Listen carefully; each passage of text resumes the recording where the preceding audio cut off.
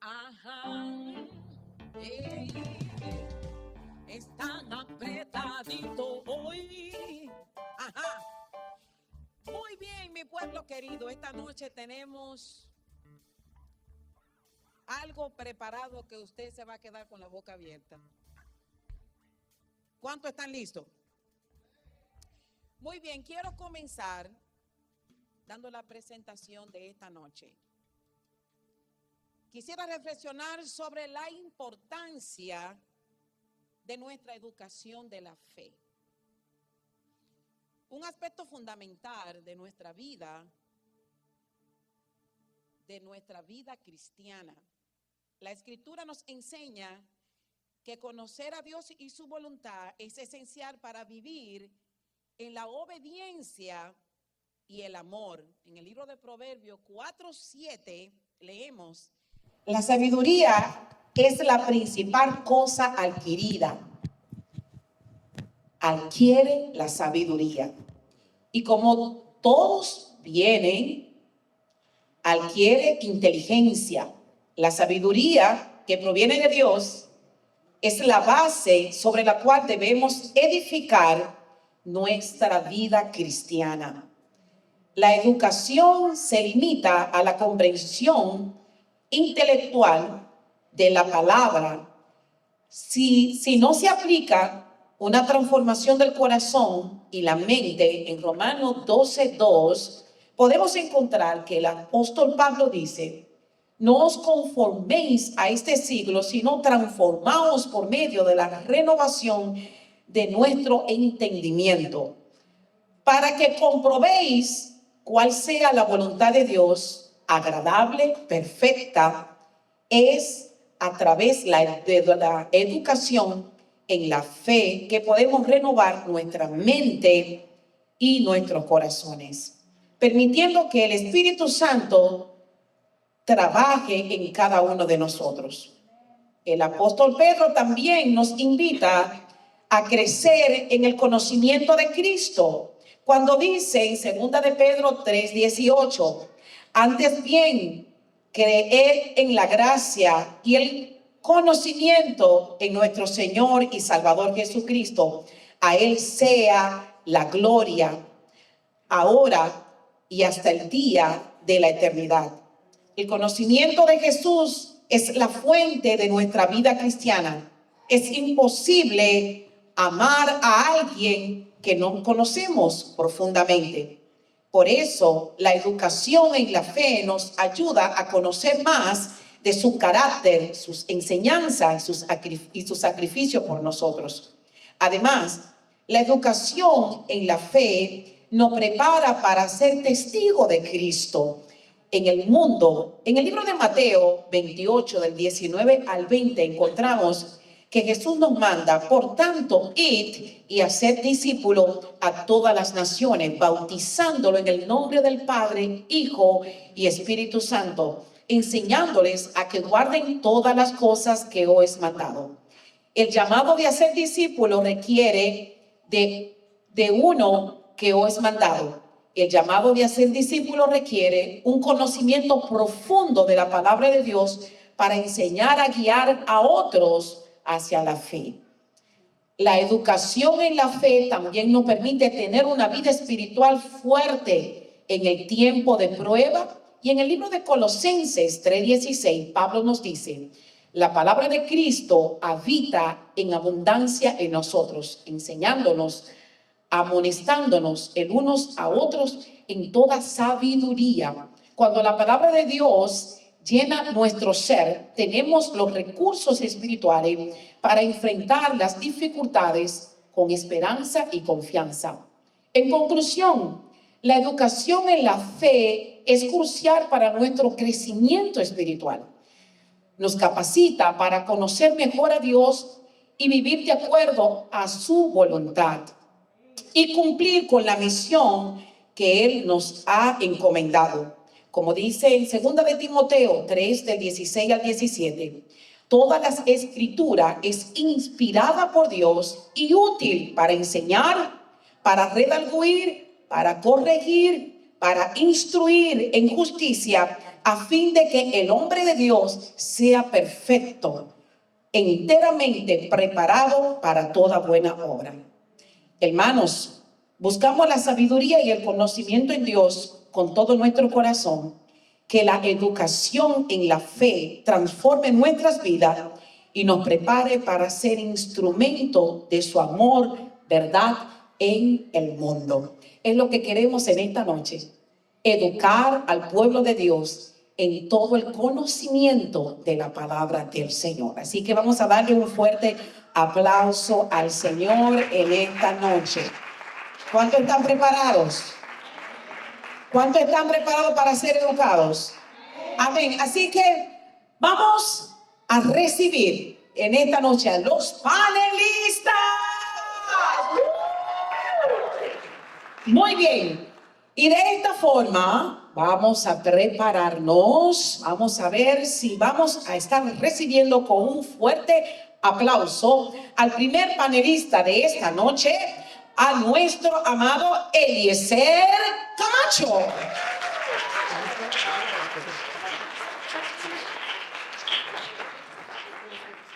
Me faltó la musiquita de suspenso aquí. ¿Dónde está?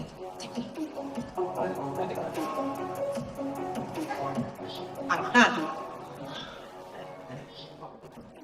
Y vamos a recibir por aquí, por favor, a nuestra amada Ligia Santana.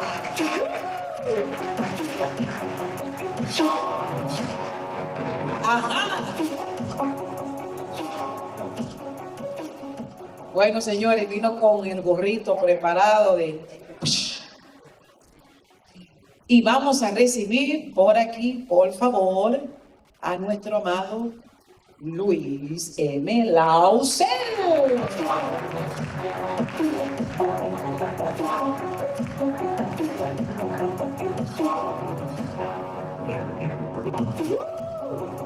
Vamos a darle un fuerte aplauso.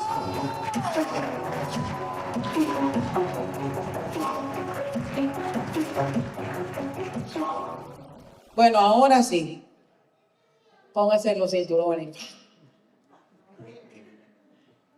Quiero que sepan que cada una de sus preguntas están preparadas. Hay algunas preguntas que casi son lo mismo, pero que fueron cositas diferentes, y lo que hicimos fue que las juntamos, ¿verdad que sí?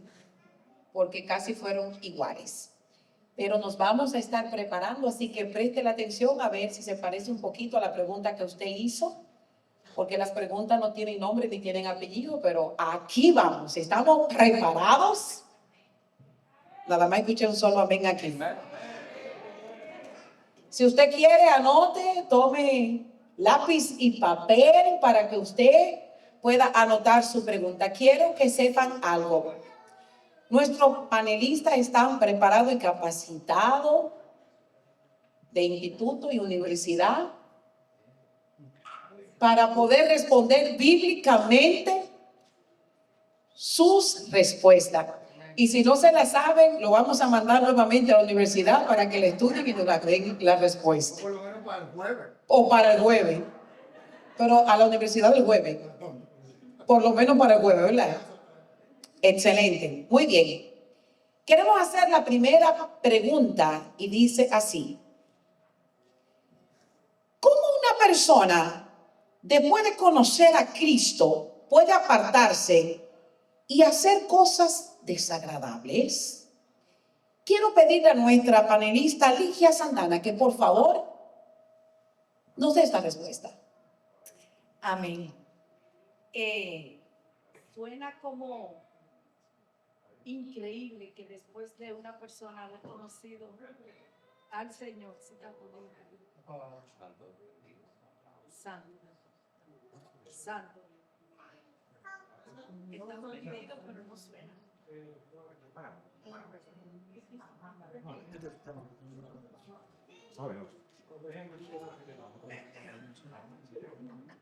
Esto es en vivo, señores. Hasta el mío se fue. Sí. Lo único que yo tengo es la voz de trompeta y aquí se suena. Dale, dale, que nos fuimos en nombre de Jesús. Sí.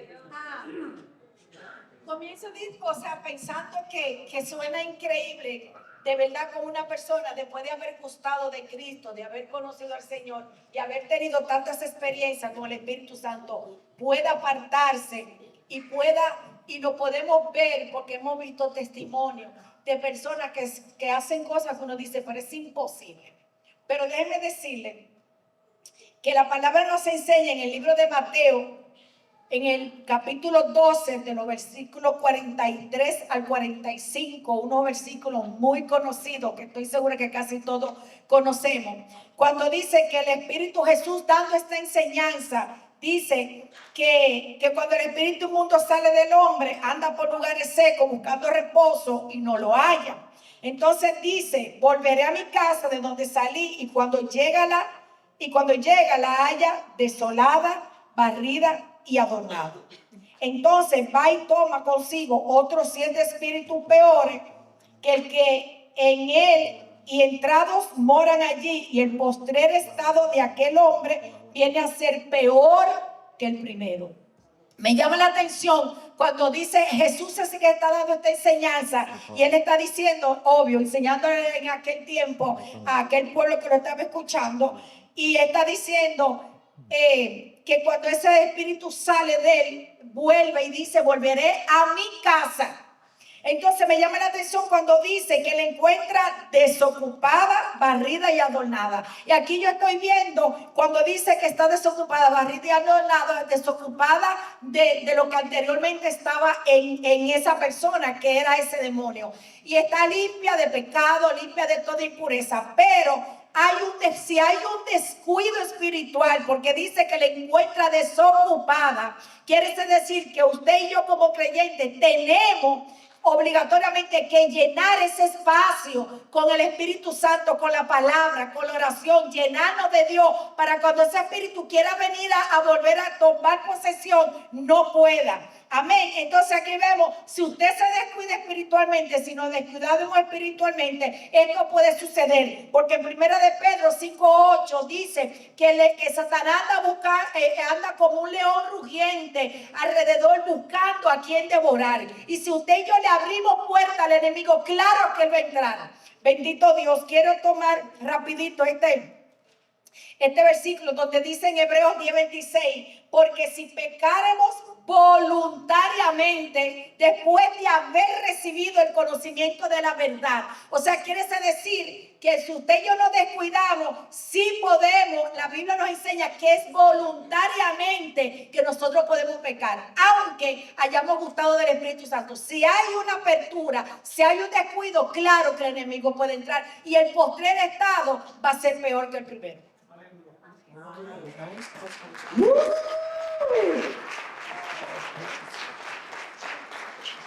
¿Dónde está la musiquita? Esto está bueno, esto está bueno.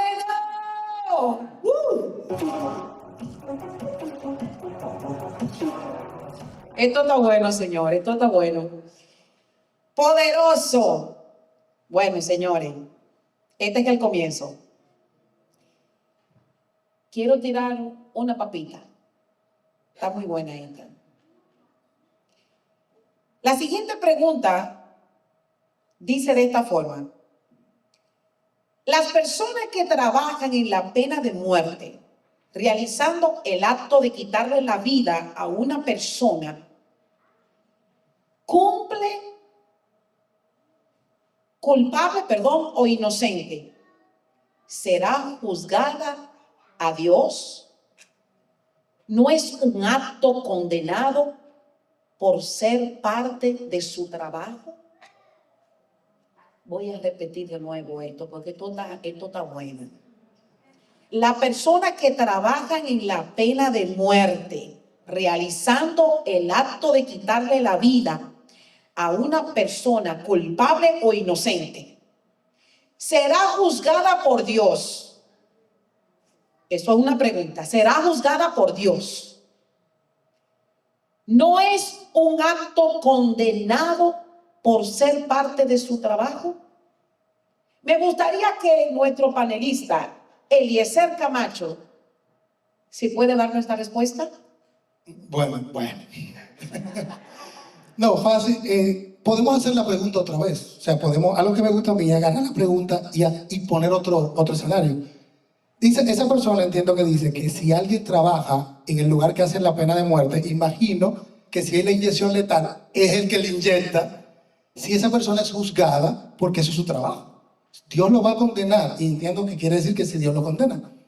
Podemos preguntar también, si una persona trabaja en una clínica de abortos, realizando abortos a niños de 4, 5, 6, ¿va a ser juzgado o condenado porque ese es su trabajo? O un camarógrafo que trabaja en la industria pornográfica, ¿será condenado porque ese es su trabajo? Entonces yo creo que con las preguntas ya está la respuesta. Pero hay un ejemplo muy importante en la historia que se llama los juicios de Nuremberg. Los juicios de Nuremberg fueron a los alemanes nazis. Cuando lo capturaron después de perder la Segunda Guerra Mundial, lo estaban juzgando porque mataron miles, cientos y decenas de judíos de toda forma. Los alemanes decían que ellos estaban haciendo eso porque era su trabajo. Y en los juicios de Nuremberg, la justicia humana determinó que todo el mundo tiene elección. Que decir, ese es mi trabajo, no es excusa. Y en Romanos dice que cada uno de nosotros va a dar cuenta a Dios por sí mismo. Y si alguien trabaja en un lugar, yo hablaba con alguien, hay 1 millón de trabajos más. O sea, no está obligado a trabajar ahí. Ni seguro ese no es el que mejor paga, ni es el que mejor da. Entonces no está obligado a hacer algo que tú sabes que es cuestionable para la moral y para la fe. Y no solo en ese nivel. Hay gente, y hablaba con alguien, si tú sabes que tú estás en una industria dañina, una industria que daña al hombre. Yo hablaba con alguien, si tú, en República Dominicana, en mi país, es el país con más accidentes de tránsito. Porque la gente bebe y manejaba. Entonces, tener un negocio de bebida o estar relacionado a un negocio de bebida en República Dominicana es un acto asesino. Porque es promover la muerte y promover la maldad. Entonces, un creyente, contando Dios es el proveedor, es el que da. Dice que Él cuida de las aves, también cuida de mí. ¿Por qué necesitaremos estar en un trabajo que sea deplorable, que dañe y maltrate al ser humano? Así que sí es condenado.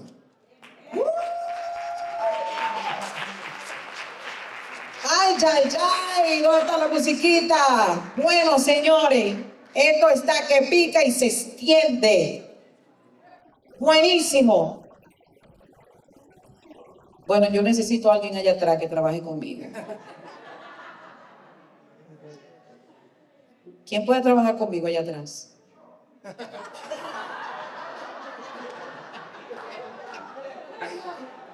Me encanta el pastor. Digo yo, muy bien. Yo voy a hacer una pregunta que es muy controversial en este tiempo. Esta pregunta está buenísima.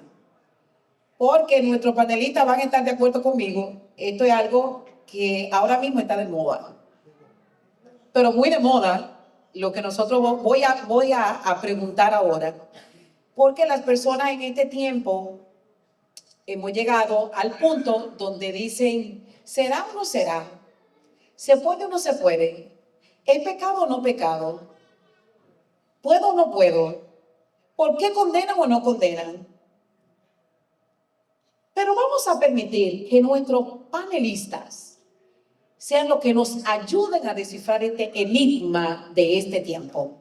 Aquí va la pregunta. ¿Los tatuajes y el alcohol son pecado?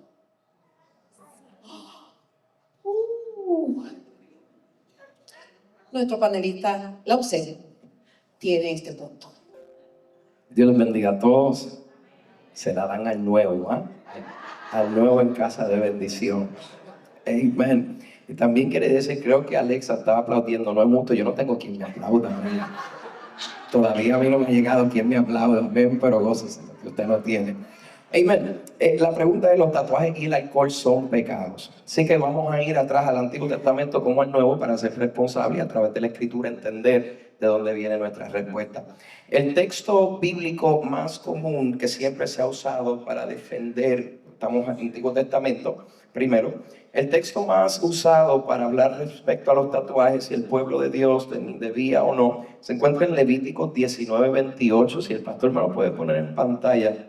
Levítico 19:28 es usualmente el texto más usado, que cuando lo tengan preparado, lo pueden buscar. Levítico 19:28, lo cual dice: y no haréis rasguños en vuestro cuerpo por un muerto, ni imprimiréis en vosotros señal alguna, yo Jehová. Ahora, también hay un texto el cual podemos utilizar en esto, y este texto se encuentra también en el libro de Éxodo. Si me puede buscar el libro de Éxodo 20, versículo 4, que forma parte de los mandamientos que Dios le da en el Sinaí a Moisés también. Esto es un texto muy usado, donde dice: no te harás que ni ninguna semejanza de lo que esté arriba en el cielo, ni abajo en la tierra, ni en las aguas debajo de la tierra. Así que Dios le está diciendo a Israel: no existe nada, ni en el cielo, ni en la tierra, ni debajo de las aguas en la tierra, lo cual yo permito que ustedes se hagan sobre ustedes. Así que no te debes hacer. Usualmente nosotros malinterpretamos ese verso, y cada vez que alguien lo repite dice: sí, porque no adorarás imagen. No adorarás a otro Dios, ni a ídolos, es el primer mandamiento. Este es otro, donde dice no que no adorarás, dice no te harás. Porque la práctica en Egipto pues era parte de su cultura, donde ellos se tatuaban tanto en memoria de sus muertos, como la madre, o se le murió el padre, o un hijo. Era una costumbre que ellos hacían, o también lo usaban para tatuarse como un acto de adoración. Ahora, basado en el Antiguo Testamento, la razón que era prohibido es porque los tatuajes eran considerados, nosotros lo llamamos tatuajes, ellos solo se marcaban imagen, era considerado como tal un acto de adoración, sea un familiar, sea un muerto, sea un espíritu, sea uno de los dioses. El marcar su cuerpo era considerado adoración. Y como ya el primer mandamiento mismo es no tendrás ni adorarás otro Dios, pues ya el pueblo de Israel sabía y conocía, de acuerdo a Levítico 19 también, el cristiano como tal, el judío como tal, el israelita, no marcaba su cuerpo. Ahora, para meterme en problemas, ya que yo soy el nuevo de aquí, mira qué curioso, si me pueden poner, pastor, 1 Corintios capítulo 6, vamos a leer el versículo 19 y el versículo 20. 1 Corintios capítulo 6, versículo 19 y versículo 20. Vamos ahora a ir al Nuevo Testamento. Eso ya entiende por qué en el Antiguo no se podía practicar. Estamos claros, ¿verdad? Es Biblia, no quiero dar mi opinión, quiero mantenerlo en la Escritura. Ahora vamos al Nuevo Testamento. 1 Corintios 7 y 19 dice: o ignoráis que vuestro cuerpo es templo del Espíritu Santo, el cual está en vosotros, el cual tenéis de Dios, y que no sois vuestros. Ahora vamos al versículo 20 rápidamente, y dice: porque habéis sido comprados por precios. Eso es lo que Pablo nos está enseñando. Ya tú no te perteneces a ti, porque tú eras dueño de ti mismo mientras estabas en pecado. Pero hubo un pago, ya que la paga del pecado es muerte. O sea, el pecado se tenía que pagar con muerte. Al Cristo pagarlo, Cristo nos está comprando a nosotros como tal. Entonces Pablo nos está enseñando: ya tú no eres dueño de ti mismo, tú has sido comprado por la sangre de Cristo. Y dice: a Dios, glorificad pues a Dios en vuestro ¿qué? Cuerpo y en vuestro. Así que Pablo se está asegurando, porque esto también se practicaba en ese tiempo en Corinto. La ciudad de Corinto eran gentiles, y Pablo les está enseñando a una ciudad que era la ciudad de la moda. Corinto era la ciudad que interponía o decía que era la moda y que no era la moda. Es una ciudad de dinero, es una ciudad de moda, por eso los peinados eran tan elegantes, porque era la ciudad que dictaba lo que era moda. Es como el Caribe. El Caribe dicta hoy en día el mundo qué es moda y qué no es moda, a través de la música. ¿Ves? Yo pensé que Puerto Rico y la República iban a alabar, pero no se preocupen que me quedan 15 segundos. Así que mire cómo Pablo, entonces, entendiendo el problema que está teniendo, pues les deja saber: usted tiene que glorificar a Dios, no solo en el espíritu, no. Sus cuerpos también fueron comprados, y tú tienes que glorificar la presencia no solo en tu espíritu, sino que también en tu cuerpo. Pero para terminar, yo quisiera que vayamos a a Romanos capítulo 6, versículo 14. Y con esto cierro el tatuaje. Y voy a tocar el alcohol, que es mucho más fácil, para que los hermanitos se gocen y alaben con ganas. Amén. Romanos capítulo 6, versículo 14 dice: porque el pecado no se enseñoreará de vosotros, pues no estás bajo la ley, sino bajo la gracia. Esto es uno de los textos que personas tratan de utilizar para enseñar como tal que en realidad los tatuajes no son malos como tal, porque estamos bajo la gracia. Pero Pablo le está escribiendo esto a los romanos, los cuales no padecían de esto de tatuaje como en Corinto sí se practicaba. Así que Pablo ya le da una enseñanza a Corinto y a Romanos le está dando otra. ¿Por qué? Porque los romanos practicaban otras cosas, las cuales de momento sentían que todo era pecado. Ese era el problema de Romanos, todo era pecado. Y Pablo le dice: tranquilo, hay gracia, no todo es pecado. Pero Corinto pensaba que no, que todo es libre. Corinto decía que todo se puede hacer, y a ellos Pablo le decía: no, ustedes tienen que amar. Ahora vamos a tocar el alcohol rapidito y así continuamos. Yo sé que aquí nadie bebe, pero vamos a contestarlo. Amén. El silencio me preocupó, pero yo creo que alguien va a decir amén. Pero si no, entiendo la pregunta ahora, pues vamos a tocarla. Amén. Mire esto, qué curioso. Si vamos al alcohol como tal, si el pastor me puede poner Efesios capítulo 5, versículo 18, que es uno de los textos más utilizados cuando se va a tocar el alcohol. Así que nos vamos a meter en problemas y pasamos. ¿Está bien? Ok, esta es la pregunta que más tiempo me iba a tomar, las otras van a ser más consolidadas. Efesios 5, 18. No os embraguéis con vino, en lo cual hay disolución. Antes bien, sed llenos de ¿qué? Así que el problema de Efesios es que le gustaba sus tragos. Y Pablo le está diciendo que hay un problema. Se están dando sus tragos y no se están percatando que nosotros debemos de estar llenos del Espíritu, y ustedes quieren justificar su práctica, la cual no está registrada como pecado hasta que llega al estado de embriaguez. Eso es también lo que Efesios decía. Bueno, pues no hay que emborracharnos, solo nos damos el gustito. Ahora, aquel que ha bebido alcohol en su vida sabe que el beber alcohol solamente tiene un propósito. Yo nunca he conocido a alguien que diga: ay, es que sabe tan bueno, yo me lo voy a beber poquito a poco, este shot de whisky, me lo voy a beber bien poquito porque el sabor es como que bien dulce. No, tú te cómo se da un trago. Alguien dijo: chua, gracias a Dios que la luz está apagada. Gracias a Dios que las luces están apagadas y no podemos identificarla. Pero así mismo, ¿cómo se bebe el trago? ¿Cómo? Chua.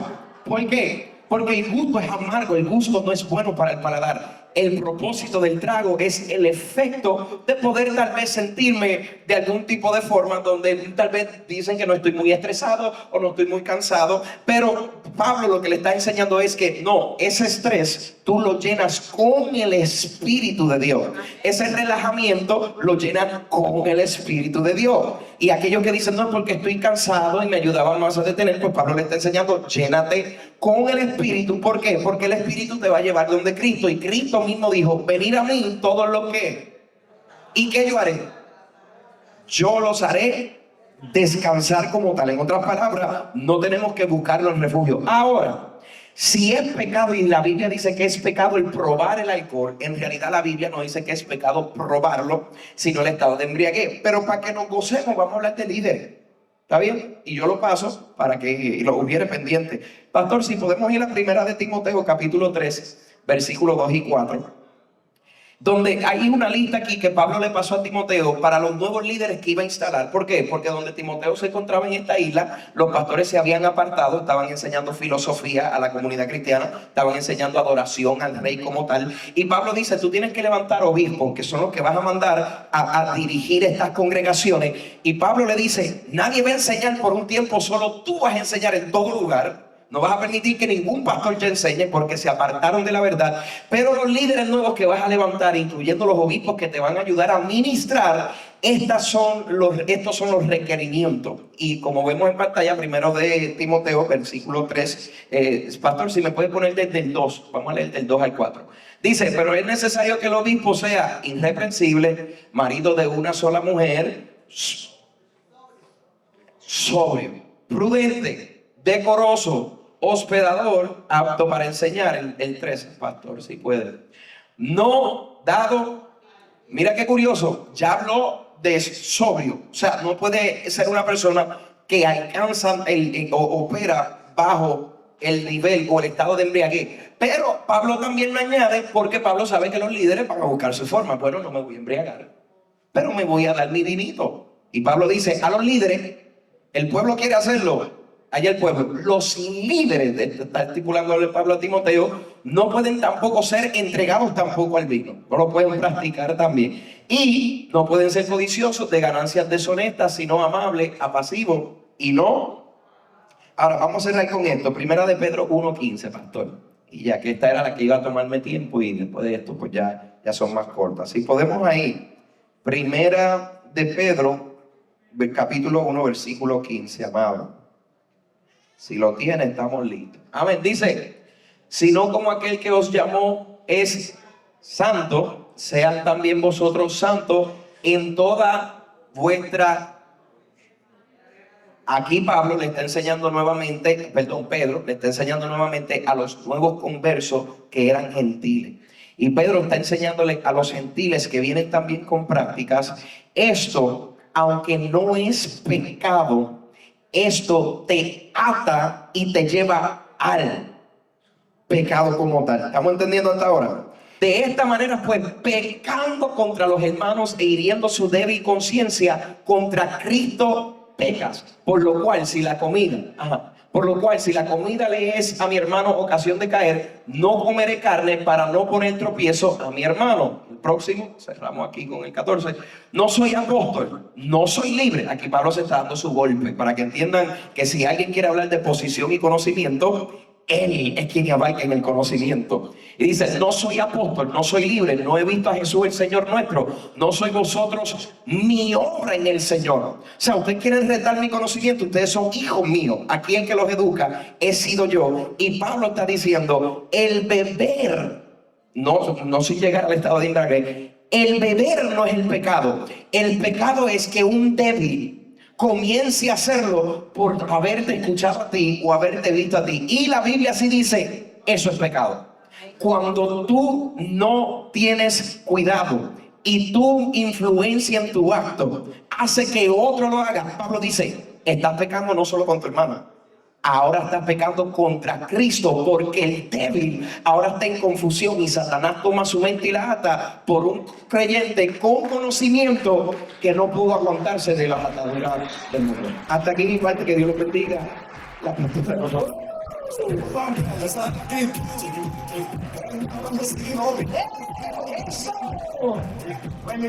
Esto está que pica y se siente. Excelente. Bueno, señores. ¿A cuánto le está gustando? Eso. Muy bien, tengo una pregunta aquí muy buena. Bueno, tan buena todas, pero se están poniendo más buenas. Apriétese tu cinturón. Cuando una persona muere,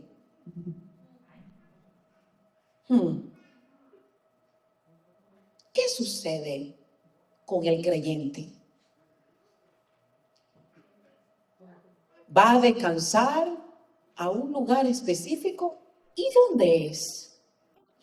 Vamos a pedirle a nuestra panelista Ligia que por favor nos conteste esa pregunta. Amén. Cuando en la Biblia se habla de muerte, se está hablando de dormir. Los muertos en realidad duermen, están en un estado inconsciente. En 1 Tesalonicenses 4:14 dice, porque si creemos que Jesús murió y resucitó, así también traerá Dios con Jesús a los que durmieron en él. Otro versículo, hay muchos versículos, pero no tenemos tiempo limitado.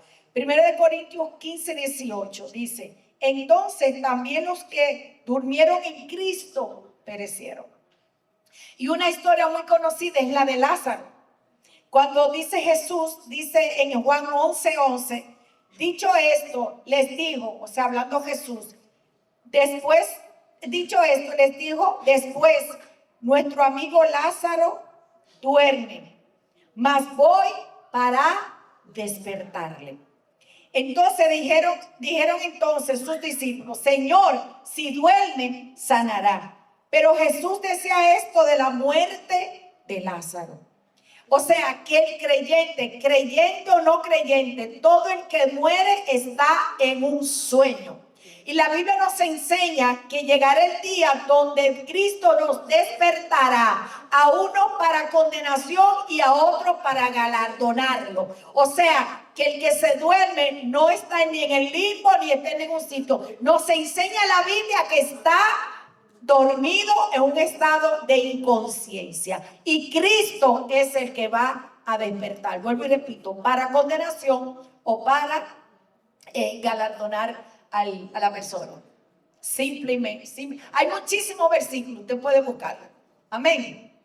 Así que tenemos que tener en cuenta que nosotros, hay gente que tienen experiencia. Bueno, cada quien tiene su experiencia y Dios sabrá, pero realmente tampoco, como dicen uno por ahí, que está en el purgatorio. No, la Biblia nos enseña, créame que hay bastantes citas bíblicas donde el dormir es estar en un sueño, y el único, por eso la Biblia dice que los muertos no tienen memoria. No, los muertos no pueden hacer nada porque está en un estado inconsciente, y solamente Cristo es que lo va a despertar.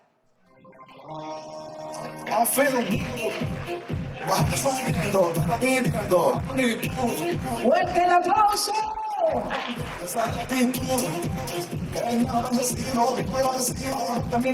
Muy bien.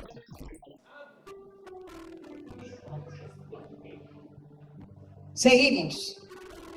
Y hay una pregunta que creo que el 85% de los seres humanos se la hacen a diario. Y creo que es por cómo la humanidad está viviendo, como estamos viendo que las cosas suceden. Y muchas personas no les sirven a Dios por esta pregunta. Y quiero hoy hacerla porque alguien hoy la hizo, y quizá muchas personas aquí se la han hecho y le sirven a Dios haciéndose esta pregunta.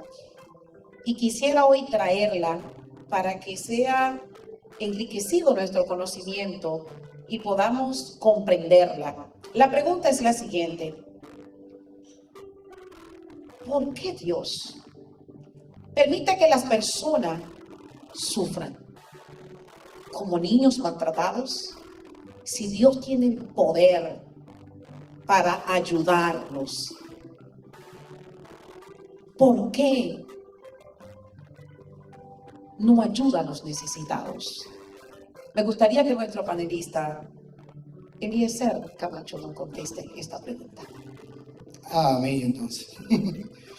Bueno, la persona que preguntó, para mí es una de las preguntas, la pregunta que más me gustó de la que hicieron, porque es una pregunta muy filosófica. Y la persona que preguntó esto no sabe que no solo mucha gente en el mundo, mucha gente en la historia se ha preguntado esto.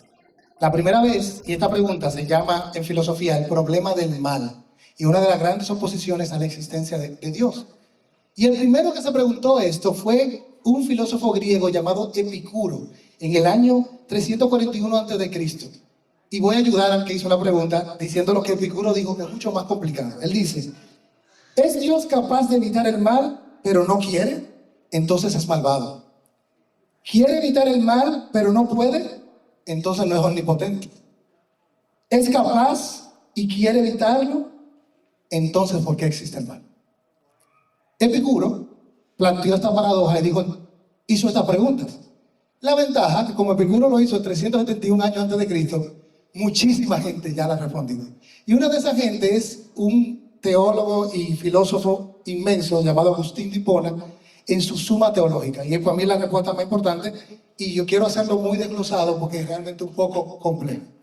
Él comienza diciendo que el mal existe por una primera razón, y se llama libertad. En Génesis 2, 16 al 17, parafraseo, dice: y mandó Jehová al hombre a comer de todos los árboles del huerto, menos del bien y el mal. Y ustedes saben la advertencia. Este versículo establece algo que nosotros los creyentes llamamos libre albedrío. Es la capacidad del hombre de decidir entre el bien y el mal. ¿Y por qué el hombre tiene esa libertad? Porque Dios quiere a alguien que ame de verdad. Y para tú poder amar, tienes que tener la capacidad de elegir. Porque si tú estás obligado a amar, no amas. Porque el amor genuino conlleva libertad. Pero esa libertad nos lleva al segundo punto que planteó Agustín, y es que dice, y el versículo, este es uno de los versículos más poderosos, Romanos 15, 5, 12 dice: por tanto, como el pecado entró en el mundo por un hombre, y por el pecado la muerte, así la muerte pasó a todos los hombres, por cuanto todos pecaron. El mal no solo es consecuencia de la libertad, el mal es consecuencia del pecado del hombre. Al hombre pecar, toda la maldad, toda la inmundicia, toda la enfermedad. Cada vez que vemos que un niño es maltratado es consecuencia de un mal. Cuando vemos que alguien está enfermo es consecuencia del mal y del pecado. El mal que vemos en el mundo es consecuencia de la maldad y del pecado. Hay gente que se va más lejos. Agustín plantea algo importante hablando acerca de la sustancia del mal. El mal, dice él, no existe. El mal es la ausencia de Dios. Es como la luz. La luz se estudia, la oscuridad no se estudia. La oscuridad es la ausencia de luz.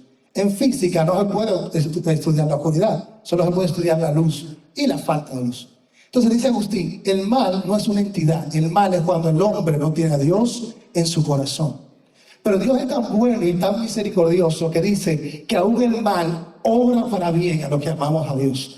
Él utiliza ese mal que nosotros mismos producimos y que el mundo mismo produce para hacernos bien, para ayudarnos y para restaurarnos. Lo que pasa es que cuando vemos tanto mal nos preguntamos, pero Él dice, a los que aman a Dios, todo obra para bien. Y un ejemplo impresionante de un mal que tornó en bien fue la muerte de Cristo Jesús.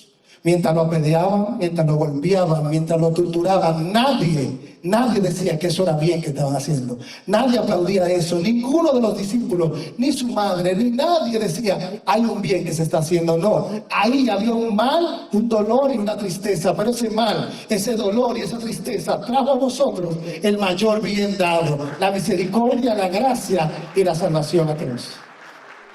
Y resumiendo cuenta, el mal está en el mundo porque somos libres de elegir y habemos muchos que no elegimos a Cristo.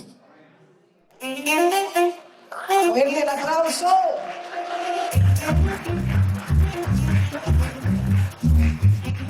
Muy bien. La próxima pregunta es una pregunta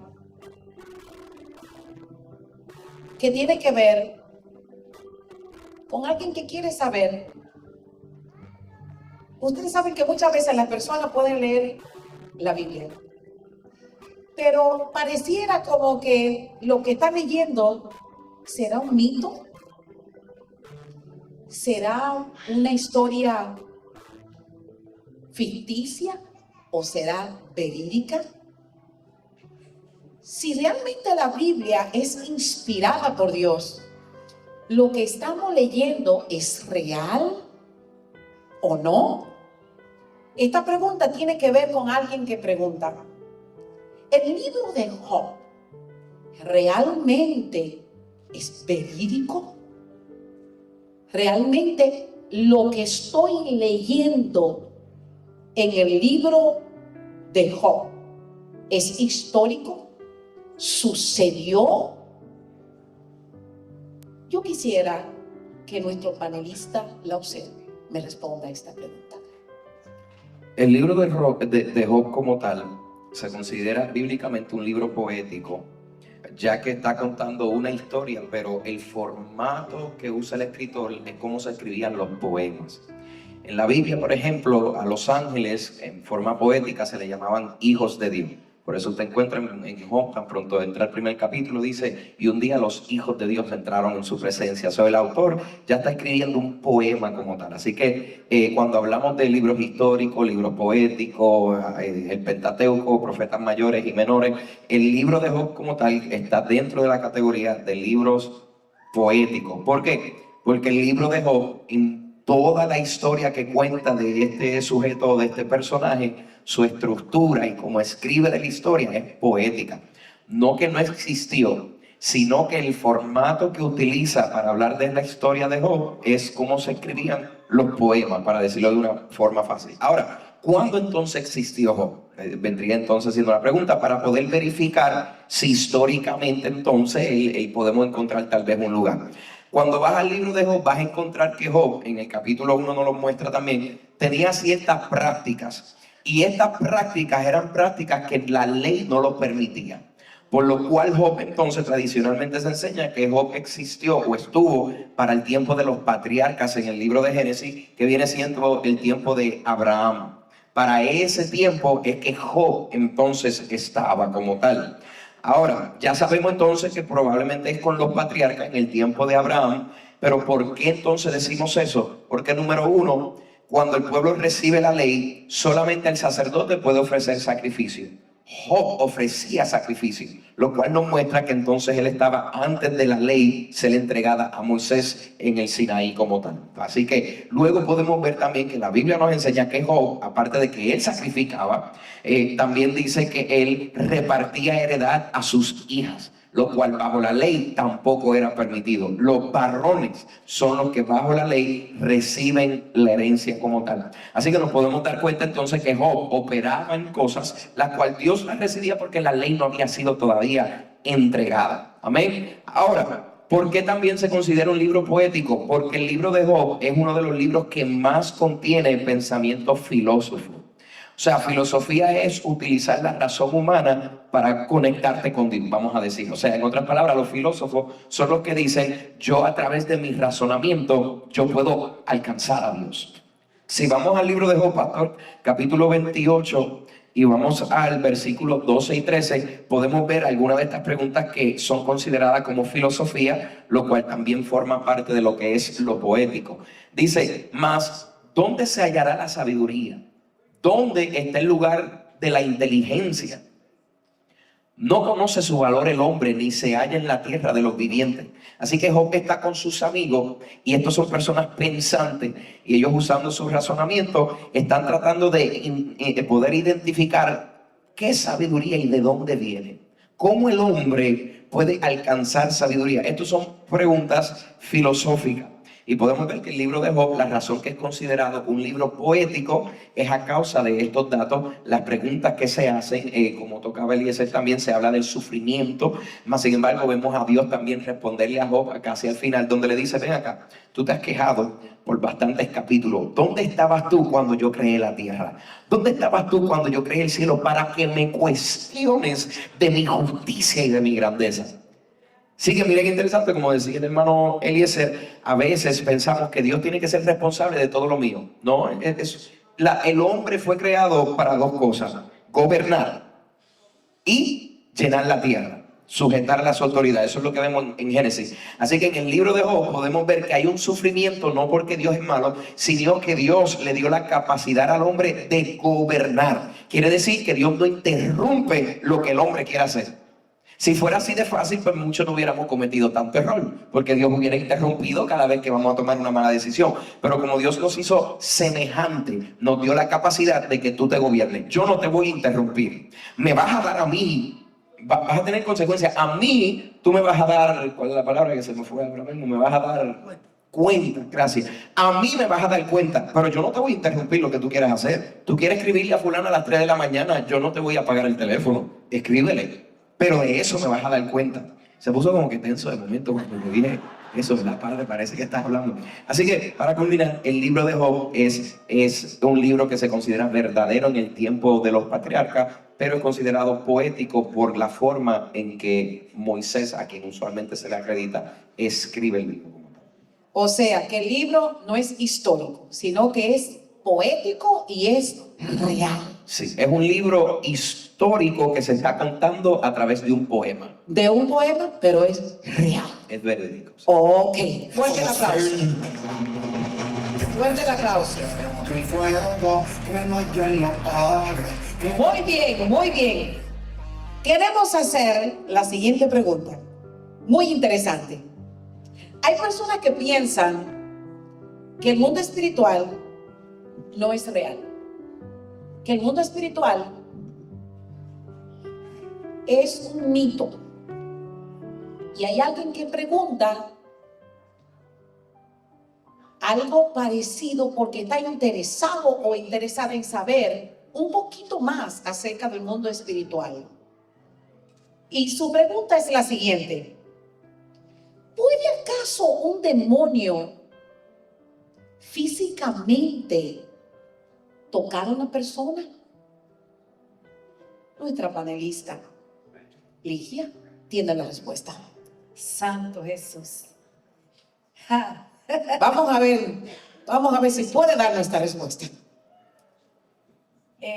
Como decía la pastora, me imagino que la persona, entendimos que la pregunta fue que si un demonio puede tocar a alguien. La respuesta es no. Los demonios necesitan un cuerpo para ellos manifestarse. Todo demonio puede poseer, vivir dentro de la persona, pero literalmente, o sea, que un demonio pueda tocarte, no. Podemos ver, por ejemplo, el Gadareno. Este hombre estaba poseído por los demonios. Inclusive cuando Jesús lo saca afuera, los demonios que tiene el Gadareno, lo echa dentro de los cerdos. O sea, los demonios necesitan un cuerpo. Eso, yo he oído gente de que yo estaba caminando y sentí que me empujaron, que una mano me empujó. No sé, pero bíblicamente hablando, los demonios necesitan un cuerpo para manifestarse. Amén. Recordémonos que los demonios son espíritus. En realidad el demonio tú no puedes decir que te tocó. Quizá use un cuerpo para hacerlo, pero ellos no. Vemos en la historia cuando un padre viene donde Jesús, de aquel joven, y el padre le dice, mira, hay un demonio que coge a mi hijo, me lo tira, algunas veces me lo echa en el fuego, otras veces me lo echa en el agua para matarlo, pero es que el muchacho estaba poseído. Los demonios pueden poseer a la persona y entonces a través de la persona pueden hacer lo que ellos quieran hacer. Pero eso de que me tocó un demonio y me empujó, por la palabra podemos ver que no es así. Amén, amén. Fuerte el aplauso. Amén, gloria al Señor. Muy bien. Bueno, esta está buenísima. Esto está buenísimo. ¿Cuántos se están gozando? ¿Cuántos se están gozando? Señores, usted sabía que somos salvos por la gracia, ¿verdad que sí? Pero alguien hizo una pregunta muy interesante. Panelistas, amárrense los cinturones que ahora voy con ustedes.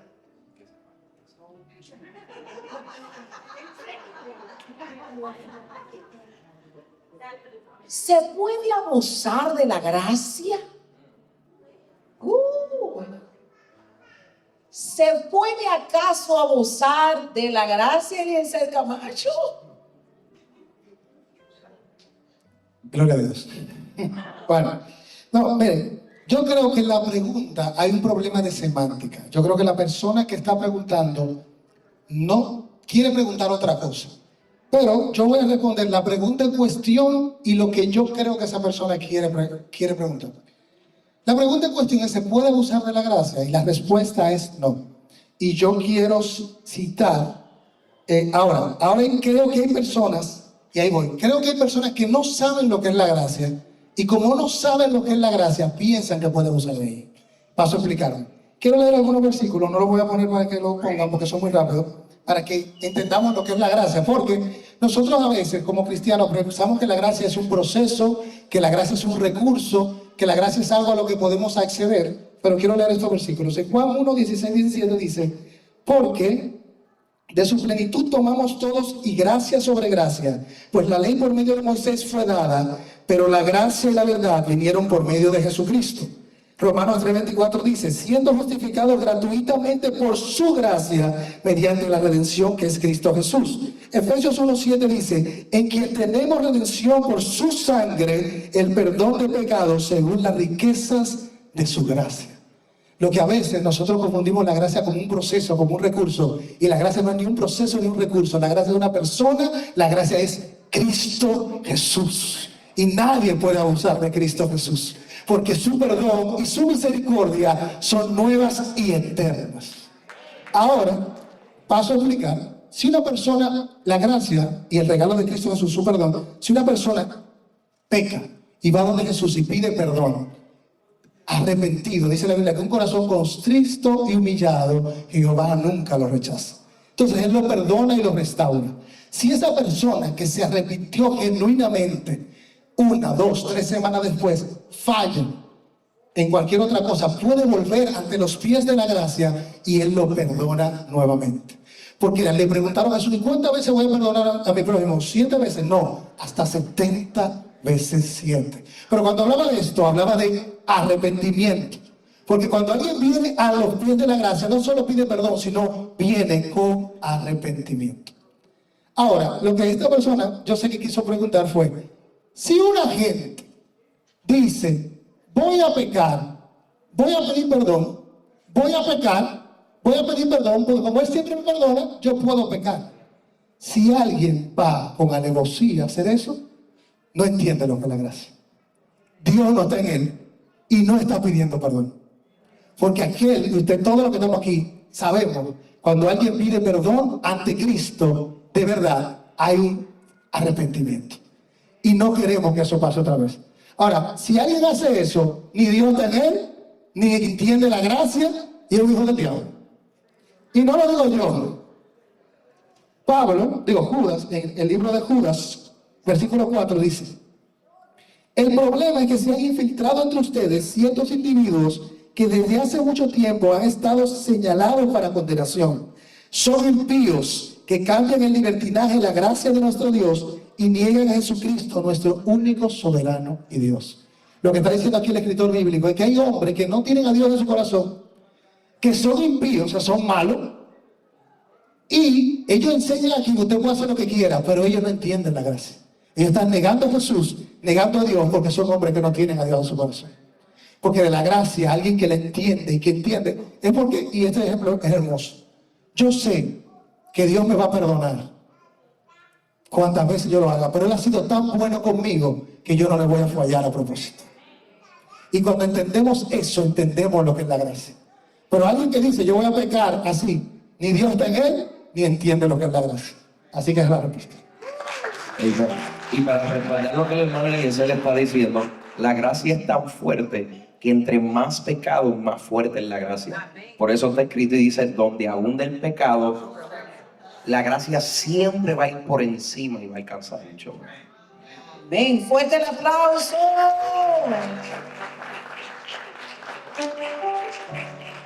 Ahora bien, hay personas que a menudo se pueden confundir cuando tienen sueños o tienen visiones. Porque piensan muchas veces que tener sueños y tener visiones es lo mismo.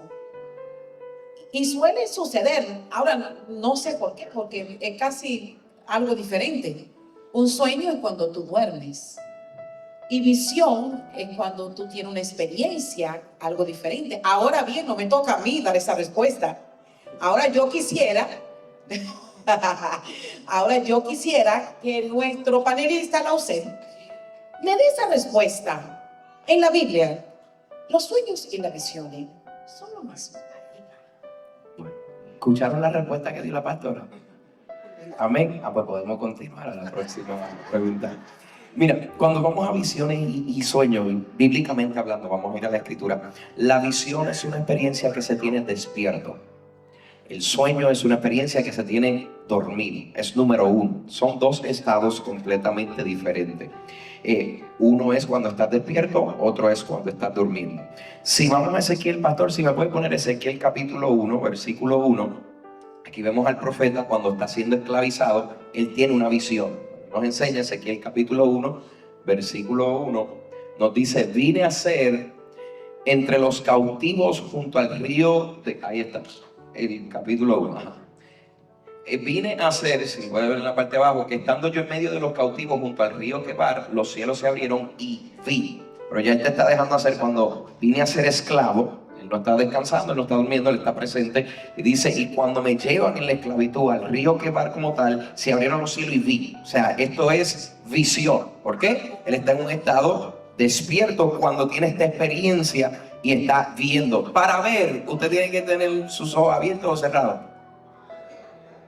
Por eso es visión, es algo que usted puede ver, pero usted tiene que estar en un estado de despierto. Ahora, vamos a Hechos capítulo 10. Pastor, si podemos ir a Hechos capítulo 10. En el capítulo 10, o no tienen que ponerlo, lo digo rápido. Pedro tiene una visión donde ve un lienzo de animales impuros. Dios le está enseñando a Pedro que él va a salvar a los gentiles también, a las cosas que los judíos consideran impuros. Y mientras él va por el desierto, Dios le muestra una mesa llena de todo alimento impuro y Dios le dice, come. Y Pedro dice, Señor, nunca ha pasado alimento impuro por mis labios. Y Dios le dice, no llames impuro lo que yo he purificado. Pero Pedro, ¿cómo estaba? Despierto. Si vamos a Hechos, este me lo puede poner el pastor, Hechos capítulo 9, versículos 10 y 12. No se me olvidó poner el tiempo aquí. Ahí está. Muy bien, si podemos ir a Hechos 9, el versículo del 10 al 12 dice, había entonces en Damasco un discípulo llamado Ananías, a quien el Señor dijo en visión, Ananías, y él respondió, heme aquí, Señor. Y el Señor le dijo, levántate y ve a la calle que se llama Derecha y busca en casa de Judas a uno llamado Saulo de Tarso, porque he aquí, número uno, ¿qué él hace? ¿Tú oras dormido o despierto? ¿Alguien dijo dormido? Usted es bien espiritual si usted ora dormido. Amén. Uno ora despierto. Amén. Yo sé que eres espiritual, pero uno ora despierto. ¿Y ha visto en qué? En sueño. ¿Por qué? Está despierto. Está orando. Mientras él ora, ve en visión a un varón llamado Ananías que entra y le pone la mano encima para que recobre la... Mira qué interesante que Dios le permite cuando Pablo ora, él está orando y aunque estaba ciego físicamente, cuando oraba, veía, podía ver la visión, porque él está despierto orando. Porque a diferencia de lo que escuché por ahí, uno ora despierto. Amén. Ahora, vamos a entender los sueños rapidito. Pastor, si me puede poner Génesis capítulo 37, versículos 5 al 10. Vamos a hablar de sueños. Así que la visión es una experiencia que usted tiene mientras usted está en un estado despierto. Eso es lo primero, esa es la diferencia entre sueño y visión. Dice, y tuvo visión Josué y soñó un sueño. ¿Por qué? Porque estaba dormido, no estaba despierto. Y soñó Josué un sueño y le contó a sus hermanos y ellos llegaron a aborrecerle más todavía. Pero es un sueño, o sea, él no estaba teniendo esta experiencia en un estado de despierto. Pastor, si podemos ir entonces también a Mateo capítulo 1, versículo 20.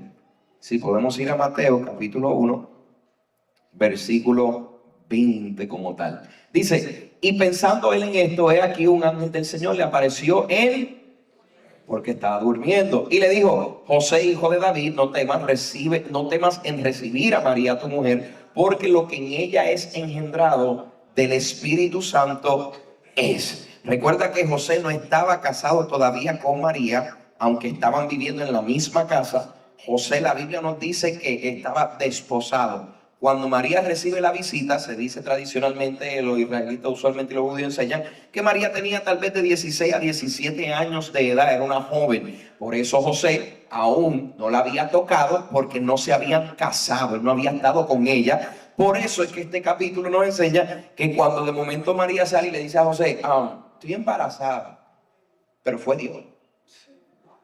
José, dice la Biblia, que como era justo no quería dañarle el testimonio, pero de noche planeó irse, porque esta se cree que yo nací ayer, está embarazada, y fue el Señor. Entonces cuando él se acuesta con planes de irse, ahí por eso dice, y pensándole en esto, un ángel lo visita en su sueño, y en el sueño Dios le habla y le dice, lo que María está cargando es engendrado del Espíritu Santo, tómale como esposa. Y entonces luego que podemos ver que José y María entonces se unen ya como esposo, y después que nace Jesús, yo no sé por qué todavía le dicen la Virgen María, cuando tuvo como 10 otros hijos, así que de virgen no tuvo nada después que nació Jesús. Pero para que usted entienda la diferencia, ¿cómo yo sé si yo tuve un sueño o una visión? Número uno, en el estado que usted está. Si usted está durmiendo, pues ya usted sabe que usted no está teniendo visión. No, pero es que está el futuro. Sí, pero tu estado es durmiendo. Dios te está hablando o mostrando algo que va a suceder, pero en un sueño. Si estás despierto y de momento tienes esta experiencia donde puedes ver, visualizar algo que el Señor te está mostrando, estás teniendo una visión. Para culminar, las visiones son bien directas. Esa es la diferencia entre sueños y visiones. Las visiones en la Biblia son bien directas. Todo profeta que tuvo una visión, la visión es clara y no hay confusión. Los sueños tienden a ser manifestados a través de representaciones. ¿Entendiendo? Así que los sueños, incluso en la Biblia, necesitaban ser interpretados, porque los sueños muchas veces Dios utiliza representación de algo para dar un mensaje.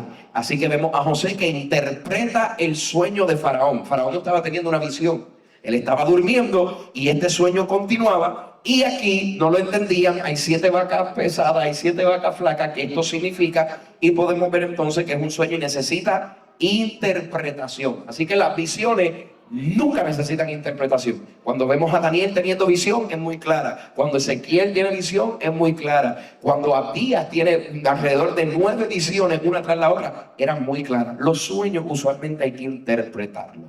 Amén. Así que esa es la diferencia entre visión y sueño. No son los mismos. Fuerte el aplauso.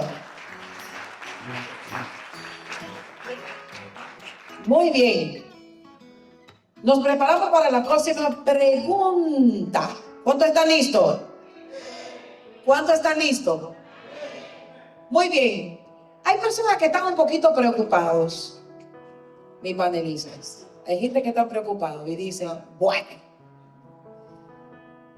la tribulación, ¿estaré yo aquí en la gran tribulación? Si Jesucristo viene, ¿seremos parte nosotros de la gran tribulación? O hay muchos que dicen, ya nosotros estamos en la gran tribulación. Porque hay muchas personas que ven los youtubers que dicen que ya nosotros estamos en la gran tribulación. Que esta es la gran tribulación. Dios de Tito, son los teólogos más duros que existen.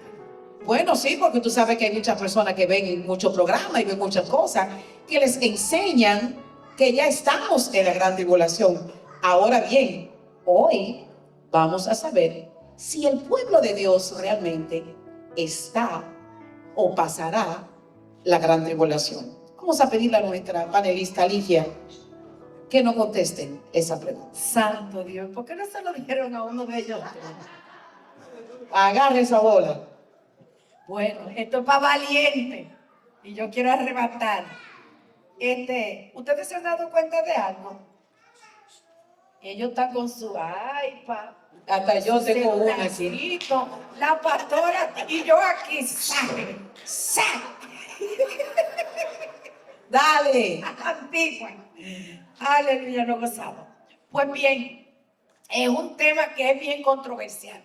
Porque hay una escuela que dice que sí, que no van a pasar la gran tribulación. Otras dicen que a mitad, otros dicen que no, que sí, otros que no. Pero realmente cuando estudiamos la palabra podemos darnos cuenta que la iglesia no va a pasar por la gran tribulación. Cuando en Mateo 24 Jesús está enseñando, en aquella ocasión, él dice en Mateo 24, versículo 6 dice, y oiréis de guerra. El 5, porque vendrán muchos en mi nombre diciendo yo soy el Cristo y a muchos se engañarán y oiréis de guerra y rumores de guerra. Mirad que no os turbéis, porque es necesario que todo esto acontezca, pero aún no es el fin, dice Jesús, porque se levantará nación contra nación y reino contra reino y habrá pestes y hambres, terremotos en diferentes lugares. Y todo esto será principio de dolores. Amén. Si avanzamos un poquito más en la porque si a mí me lo hubieran puesto allá arriba, pero Tiene que decírselo 2 veces. sí, ese fue solito y la puso la otra. Mentira. A mí me gusta de verdad usar aquí la palabra. Entonces, seguimos en el mismo Mateo 24, donde dice, por tanto, en el versículo 15, por tanto, cuando veáis en un lugar santo la abominación desoladora, no quiero llegar, quiero avanzar un poquito. Ahí te lo pusieron. Dice, ok, por tanto, pero leanlo ustedes ahí, que yo lo voy a leer aquí. Dice el 20, orad para que vuestra huida no sea en invierno ni en día de reposo, porque habrá entonces gran tribulación, cual no la ha habido desde el principio del mundo hasta ahora, ni la habrá. Esto es Jesús hablando. Y si aquellos días no fuesen acortados, nadie sería salvo. Mas por causa de los escogidos, aquellos días serán acortados. Amén. Y sigue Jesús enseñando. Quiero avanzar un poco, donde dice en el versículo 29, e inmediatamente después de la tribulación de aquellos días, el sol se oscurecerá y la luna no dará su resplandor, y las estrellas caerán del cielo y las potencias de los cielos serán conmovidas. Entonces aparecerá la señal del Hijo del Hombre en el cielo, y entonces lamentarán todas las tribus de la tierra y verán al Hijo del Hombre viniendo sobre las nubes del cielo con poder y gran autoridad y gloria, y enviarán sus ángeles con gran voz de trompeta, y juntarán a sus escogidos de los cuatro vientos, desde el extremo del cielo hasta el otro. Vemos por la palabra que la iglesia será, eso es lo que en Tesalonicenses entendemos y hemos aprendido, lo que es el arrebatamiento. La iglesia será levantada de la iglesia, de la tierra. Pero sí, nosotros vamos ¿cómo de la palabra vamos a pasar por los principios de dolores. Y si vemos muchas cosas que están ocurriendo, amén, son cosas que uno las ve por la palabra y uno dice, wow, ¿serán estos los principios de dolores? Porque estamos viendo y hemos visto tantas cosas que como Jesús anunció. Pero realmente la iglesia no será levantada, será sacada de la tierra, porque aquí, como leímos, dice que a causa de los escogidos esos días serían que acortados, e inmediatamente de la gran tribulación la Biblia nos enseña que vendrá entonces el Hijo del Hombre, y dice, quiero repetir otra vez, viniendo sobre las nubes del cielo con poder y gran gloria. Y dice que entonces lamentarán todas las tribus de la tierra. En la gran tribulación sabemos que Dios ya estos son los finales, que Dios está bregando con el pueblo judío. Entonces la iglesia, Dios la levanta, porque Dios está trayendo sus juicios. Amén. Y se entiende que en la gran tribulación, creo que todos sabemos que es un periodo de 7 años, y dice donde la mitad de estos 7 años es que se entiende que la iglesia será levantada. Cuando hablamos de gran tribulación, nosotros podemos ver a través de la palabra en Isaías 2:12, tengo muchas citas, pero ya no tenemos mucho tiempo. Podemos entender que cuando habla del día de Jehová, refiriéndose a la tribulación o gran tribulación, hay Isaías 2:12, hay muchos versículos, Isaías 13:6, 9, en Joel 1:15, para aquel que está apuntando. También se conoce la gran tribulación como angustia o tribulación. Vemos esto en Deuteronomio 4:30, en Sofonías 1:15. Amén. Y dice tiempo de angustia en Daniel 12:1. Ya lo había dicho, Sofonía 1:15. Y tiempo de angustia para Jacob, Jeremías 30:7. Si usted ve todas estas citas, él está hablando del día grande de Jehová, está hablando de esa gran tribulación. Pero nosotros creemos por la palabra, digo nosotros a nivel de congregación, que la iglesia no va a pasar por, que sentiremos esos días del principio, como dice, días de parto, sí, pues nosotros lo vamos a sentir, pero cuando se aprieta la cosa, dice la Biblia, que Jesús, porque dice, e inmediatamente después de la gran tribulación, entonces viene el Hijo o sea, la iglesia no va a estar en la tierra cuando venga exactamente ese evento. Amén. Amén. Para el cielo me voy. Ay, ay, para el cielo me voy. Ay, ay, ay, para el cielo me voy. Ay, ay, para el cielo me voy. Ay, ay, ay, ¿cuántos lo creen? Amén, gloria al Señor. Muy bien, ya casi estamos terminando. Nos faltan un poquitito, bien poquitito, pero alguien nos hace una pregunta y dice, quiero que se preparen con esta pregunta. Nosotros no somos adventistas, pero hay personas que piensan, ¿por qué nosotros no guardamos el sábado? Y quiero pedirle a los panelistas que por favor sean un poquito más breves, más puntuales, para poder avanzar. ¿por qué nosotros no guardamos el sábado si la Biblia lo dice? Aquí dice la pregunta, si la Biblia lo dice que guardemos el sábado, ¿por qué no guardamos el sábado, señores? Nuestro panelista Eliezer Camacho, ¿me puede contestar esa pregunta? Y no solo que la Biblia lo dice, que es un mandamiento. Ajá. Está en los mandamientos. Entonces, ¿por qué nosotros no guardamos el sábado? Porque no somos adventistas, no. En el año 50, y va a ser el concilio rápido, hubo un concilio, se llamó el Concilio de Jerusalén, por todos los obispos de las iglesias actuales. Y se estaba discutiendo qué iban a guardar los gentiles con relación a la ley. Porque había un grupo que decía que los gentiles tenían que hacer todo lo que hacían los judíos.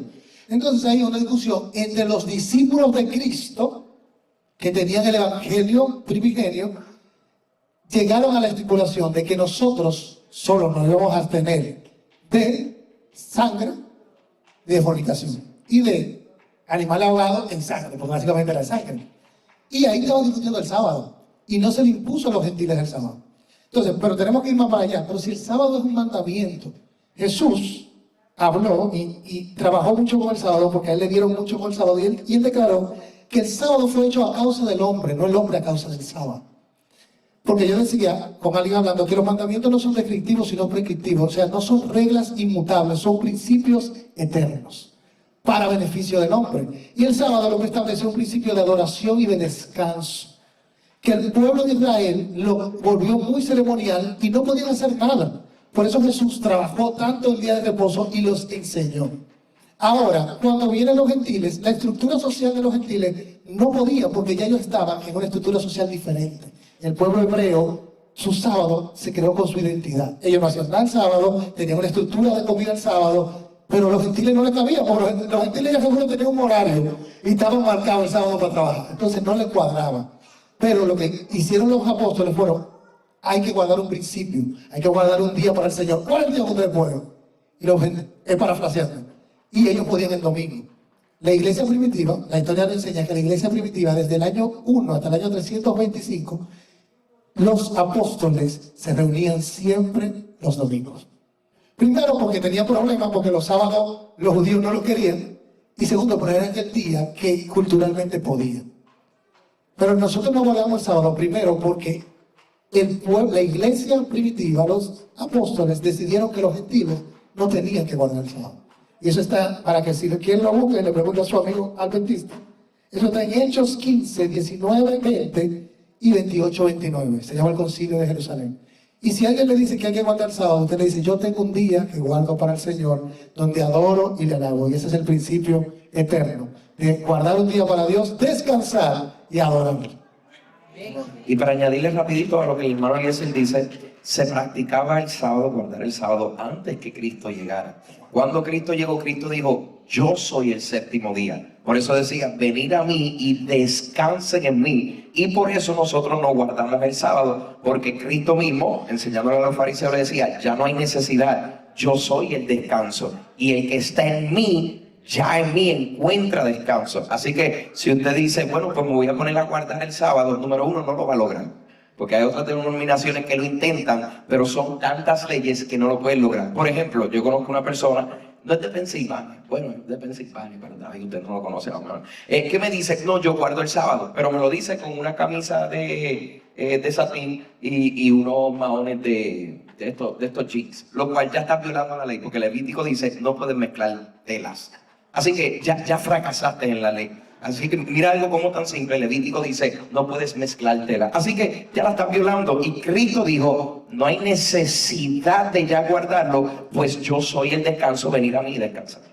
Y en Romanos de Adolescencia dice rápidamente que uno hace diferencia entre día y día y otro juzga iguales todos los días. Cada uno plenamente convencido en su propia mente. El que hace caso del día lo hace para el Señor y el que no hace caso del día para el Señor no lo hace.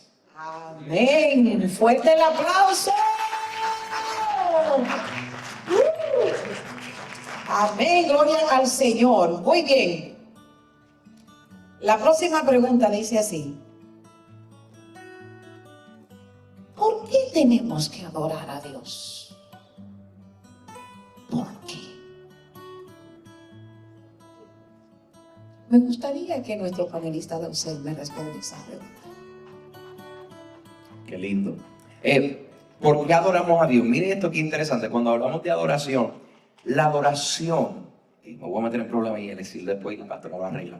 La adoración es un estado del alma del hombre. Cuando hablo hombre y mujer, o sea, el ser humano. Es un estado del alma del hombre delante de Dios.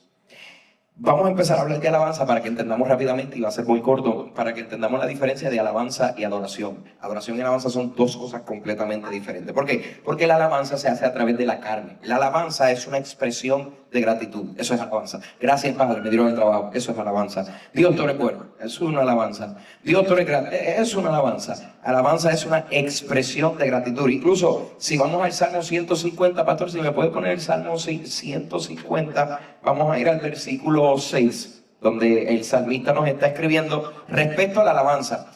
Todo lo que existe tiene derecho a esto. ¿Por qué? Porque es una experiencia humana y terrenal que se hace a través del cuerpo. Salmo 150, versículo 6. Todo lo que respire.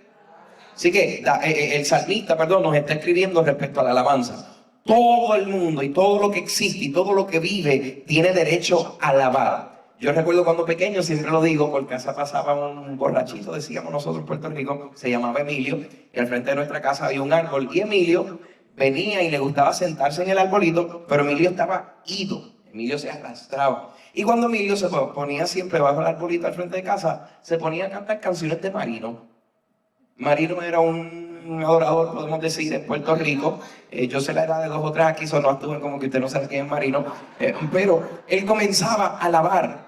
Incluso se ponía a veces a gritar y decía, Dios, tú eres bueno. Pero él estaba ido, pero es un ser viviente. Y como ser viviente, tiene derecho y la capacidad para alabar. Ahora, la pregunta es adoración. ¿Por qué tengo que adorarlo? ¿Ves? Alabar, yo no tengo ni que estar en el Espíritu, yo no tengo ni que estar santo, yo no tengo ni que ser salvo, porque la alabanza es una expresión. Si pastor, me puede poner Mateo 15, versículo 8 y 9, el libro de Mateo, capítulo 15, versículo 8 y 9, mira lo que dice para que veamos la diferencia y con esto culmino. Mateo 15, 8 dice, este pueblo de labios me honra, eso es alabanza. ¿Ves? Porque para alabar tú no tienes que ser ni espiritual, para alabar tú no tienes que ser ni salvo, para alabar tú no tienes que seguir la ley. O sea, todo ser viviente, todo lo que respire tiene derecho a alabar. Ahora, mas su corazón está lejos de mí. Cuando habla de corazón, está hablando del alma del hombre. Me dicen cosas muy bonitas, pero tu corazón está lejos de mí. Eso es adoración, el corazón. ¿Cómo lo entendemos? Si vamos al libro de Juan, capítulo 4, pastor, y me puede poner el versículo 18. Ahora vamos a entender lo que es adoración. ¿Por qué nosotros tenemos que adorar a Dios? Tenemos que entender que Dios es santo. Al Dios ser santo, para que el hombre pueda conectarse con Él, el hombre tiene que estar en un estado de santidad. Porque si no, en lo que sucedía en el Antiguo Testamento, el fuego, la presencia de Dios que descendía, consume todo lo que es impuro. No es que Dios es malo, no, es el efecto de su santidad. Al ser tan santo, todo lo que no es salvo es consumido por su presencia. ¿Está entendiendo? No es que Dios quiere matar lo impuro, no, es el efecto, su presencia al ser santa, consume lo que no es santo. Entonces el hombre, al ser lleno del Espíritu Santo, no puede alabar, tiene que ser adorador. ¿Y por qué adoramos? Para poder conectarnos con Dios. El libro de Juan capítulo 4, versículo 18. Si me lo pueden poner rapidito, el libro de Juan capítulo 4, versículo 18. Ponle el 17, pastor, si puede, por favor. Es culpa mía, no te preocupes. Respondió la mujer y dijo, no tengo marido. Jesús le dijo, bien has dicho, no tengo marido. Próximo, eso es. Bien has dicho, no tengo marido, porque 5 maridos has tenido. O sea, sí ha tenido marido, pero el que ahora tiene no es tu marido, pero aquí está la clave y lo importante que Cristo le está enseñando a ella. Esto has dicho con... Hay algo que Cristo quiere trabajar en ella, porque Cristo va a sacar a alguien de alabanza para entrarlos en lo que es adoración, que es un estado de santidad. ¿Está entendiendo hasta ahora? Así que para tú poder adorar, lo primero que tienes que hacer es estar en verdad. Así que búscame tu marido. No, yo no tengo. Bien has dicho. Así que hay dos, mira qué curioso, hay simplemente dos, vamos a llamarles señales de lo que es adoración. Número 1, verdad. Pastor, si me puede poner el versículo 23. Versículo 23. Juan capítulo 4, versículo 23. Mas la hora viene y hora es cuando los verdaderos adoradores. Yo aquí, ¿qué pasó? Pero llevábamos bien todo este tiempo. Dios mío, Señor. Cuando los verdaderos adoradores... reprendo el diablo, yo aquí. Nos vamos a ir tarde porque no puedo hablar. Verdaderos adoradores. Gracias, Padre. Adoran al Padre, ¿cómo? Mira cómo el Padre identifica al adorador. Por eso es un estado, no es algo que dice. Porque el adorador, su vida no hay mentira. Su vida es verdad. Y no solo vive en verdad, no que en él no hay mentira, sino que también vive de acuerdo al Espíritu. Son tales adoradores. Mira que Dios no está buscando los que alaban. Cristo nos enseña, no, a ustedes les gusta alabar, pero mi Padre no está buscando los que alaban, está buscando los que están en un estado de santidad. Y los adoradores, los verdaderos, viven su vida en verdad, en ellos no hay mentira y viven en el Espíritu. Y ahí Jesús dice, porque también Padre, tales adoradores buscan, y en el otro le dice, le está dejando saber el por qué. Así que, ¿por qué nosotros adoramos? Porque al Dios ser santo, nosotros llenos del Espíritu Santo, el Espíritu Santo nos lleva a un estado de santidad. ¿Qué es lo primero que hace el Espíritu Santo? Te hace responsable de tus propias acciones. Así que el Espíritu Santo no es un espíritu de mentira, sino que es un espíritu de... Quiere decir que si yo miento en los taxes, yo soy buen alabador, pero yo no adoro. Y suena gracioso, pero es que adoración es verdad. Yo estoy mintiendo diciendo que mi sobrina está conmigo cuando yo no la veo hace 7 años que yo ni siquiera la veo. ¿Está entendiendo? Ahora usted tiene algunas cosas legales, lo cual usted sí puede pedir a alguien. No estamos hablando de eso. Estamos hablando cuando usted sabe que está cometiendo un acto de mentira. De acuerdo al Juan, usted no es adorador, porque en usted en este momento ahora no hay verdad, hay mentira. Y de acuerdo a la Escritura, el padre de toda mentira es. Así que, ¿por qué adoramos a Dios? Porque al Él ser santo, nosotros tenemos que, para poder estar en Él, ser santo. ¿Y cómo uno logra ser santo? Siendo un adorador, viviendo una vida de verdad y en el Espíritu. Amén. Muy bien, tengo una última pregunta. Una última pregunta. ¿Cuántos se han gozado? Me faltan 3, pero voy a hacer una última por falta el tiempo. Amén. ¿Le parece bien o cerramos ya?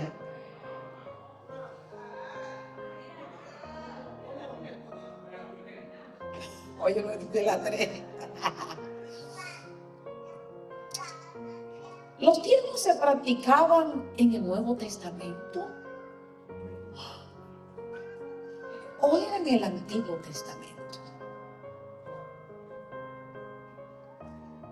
¿Me la podría contestar usted, hermano José?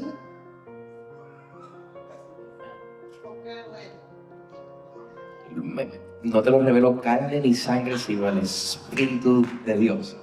Si los diezmos se practican en el Nuevo Testamento, muy bien. Mire esto, qué curioso. Usualmente sabemos que en el libro de Levítico y de Deuteronomio sí nos enseña de dar el diezmo bajo la ley. Incluso usted se queja del 10%, en la antigüedad no era 10%. Era alrededor de casi un 60 veces por ciento. Así que dele gracias a Dios por la gracia. Pero anyway, esa no es la pregunta. La pregunta es si en el Nuevo Testamento se practican los diezmos. Hay solamente una vez donde Cristo toca este tema.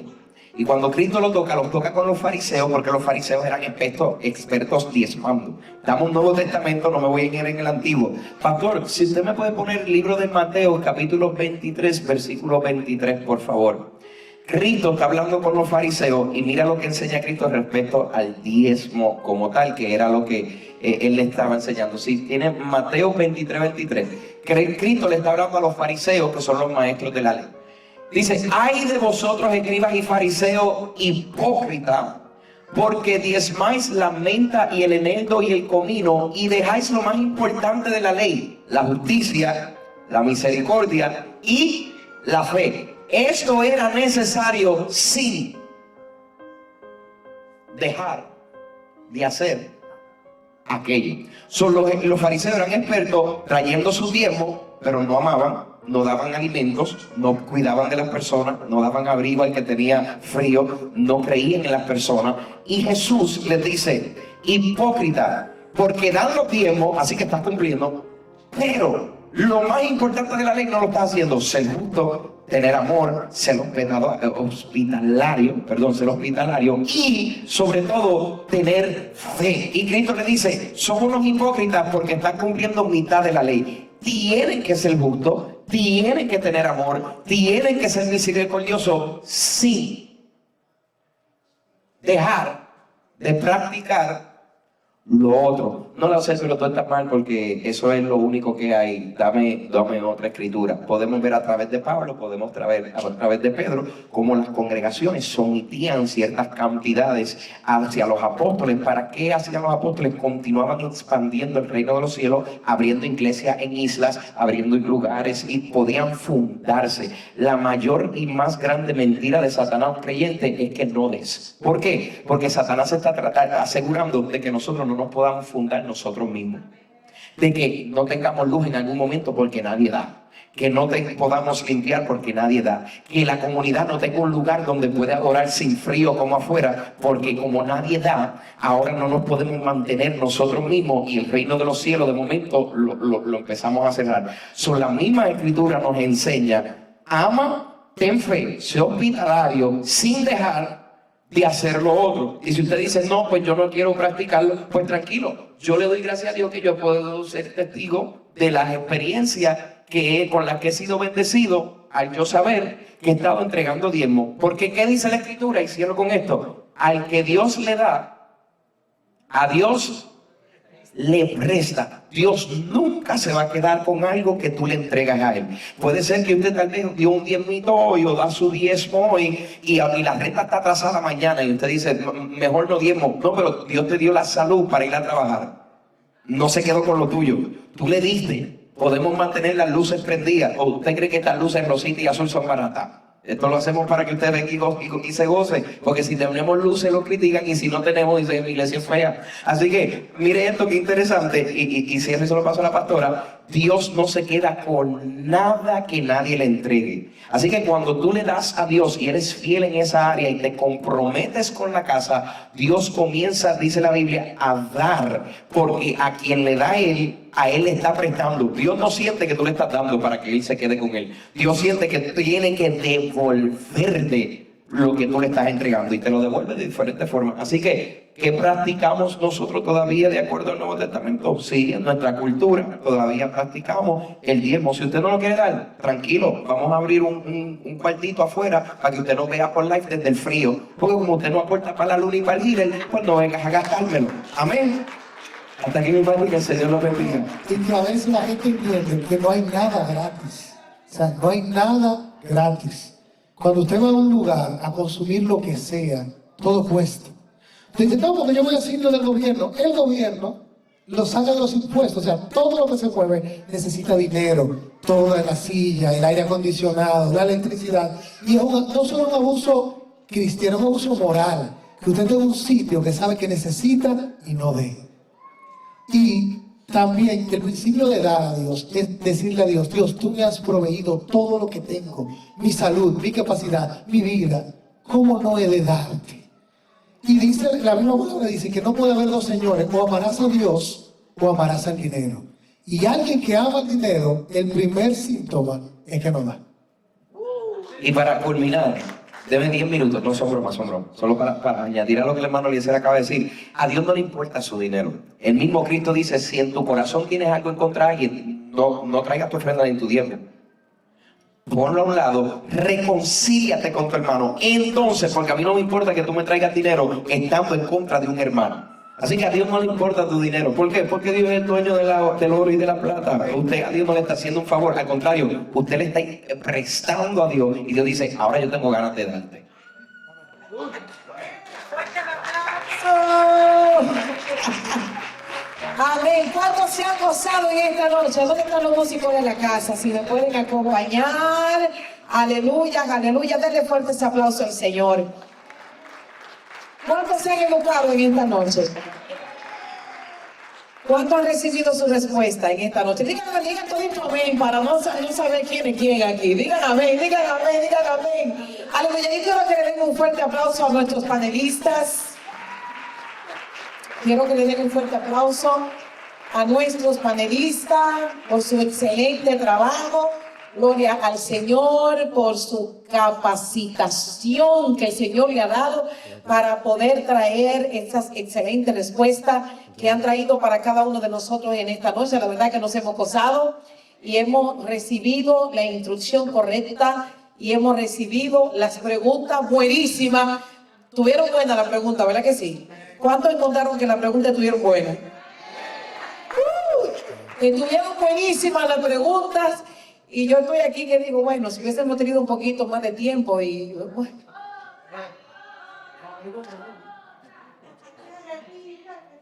Que se repita, ¿verdad que sí?